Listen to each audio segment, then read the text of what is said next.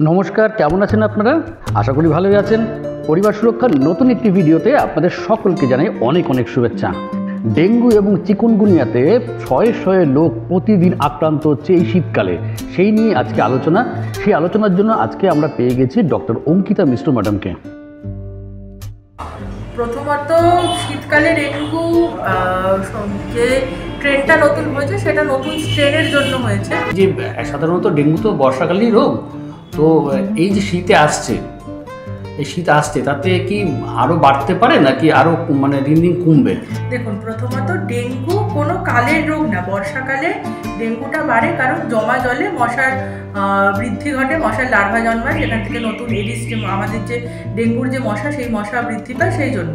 কিন্তু শীতকালেও যেরকম বিভিন্ন জায়গায় ধরুন ডাবের খোলা বা বিভিন্ন প্লাস্টিক, রাবার, টায়ার এর মধ্যেও যদি জল জমে থাকে এবং সেখানে কিন্তু ডেঙ্গুর মশা বৃদ্ধি পেতে পারে এবং সেক্ষেত্রে শীতকালেও সেইটা হতে পারে। হচ্ছে নতুন একটা সিমটম দেখা যাচ্ছে, ডেঙ্গুর সঙ্গে চিকুনগুনিয়াটাও একই সঙ্গে ধরা পড়ছে। এটা কতটা ভয়ানক হতে পারে? ডেঙ্গু এবং চিকুনগুনিয়া একসাথে দেখুন, দুটোই তো একটা ভাইরাল রোগ, ভাইরাসের দ্বারা হয়। ভাইরাল ফিভারগুলোতে যেটা হয়, আমাদের রোগটি ধরতে খুব সময় লাগে। ডেঙ্গুর জন্য আমরা বিভিন্ন পরীক্ষা করছি বলে আমরা ডেঙ্গুটা ধরতে পারছি। চিকুনগুনিয়া অনেক ক্ষেত্রে নেগলেক্টেড থাকে। সেক্ষেত্রে সবার আগে দরকার, যখনই কোনো আমাদের উপসর্গ দেখা দিচ্ছে তাড়াতাড়ি ডাক্তারের কাছে বা উপসর্গগুলো যদি একটু বলেন।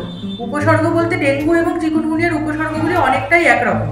সেটা হচ্ছে আমাদের ঘিটে ঘিটে ব্যথা হবে, যেটা ডেঙ্গুর থেকে চিকুনগুনিয়ায় অনেক বেশি হবে, এবং চিকুনগুনিয়ায় একটি স্পেসিফিক ধরনের র্যাশ হয় যেটা ডেঙ্গুতে হতে একটু সময় নেয়।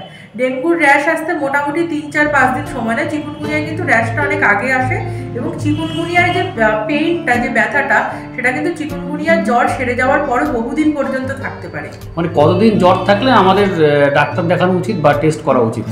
দেখুন, জ্বর এবং জ্বরের সাথে, জ্বর যদি 1-2 দিনেরও হয়, তার সাথে কোমরে ব্যথা, চোখের পিছনে ব্যথা, বিভিন্ন গিটে গিটে ব্যথা, অসুস্থ লাগা, মাথা ঘোরানো, এইসব উপসর্গগুলি যদি থাকে 1-2 দিনের জ্বরেও দেখানো উচিত ডাক্তার। আচ্ছা, এর সঙ্গে কি ডিহাইড্রেশনের কোনো সম্পর্ক আছে ম্যাডাম? হ্যাঁ, ডিহাইড্রেশনের অবশ্যই সম্পর্ক আছে, কারণ ডেঙ্গু বা চিকুনগুনিয়া ভাইরাস আমাদের শরীরে গিয়ে আমাদের যে রক্তবাহের মধ্যে যে রক্ত যায় তার থেকে জল টেনে অন্যান্য দিকে ট্রান্সফার ওরা করে দেয়, সেই জন্য ডিহাইড্রেশন হয়। এবং ডেঙ্গুতে, বিশেষ করে ডেঙ্গুতে আমাদের কিন্তু জল দেওয়াটা কতটা পরিমাণে দিতে হবে তার একটি ফর্মুলাও আছে, যেটা মেনে প্রপারলি সেই জলটা আমাদেরকে দিতে হয়, না হলে ডিহাইড্রেশন দেখা দিতে পারে এবং সেটা মারণাত্মক হতে পারে।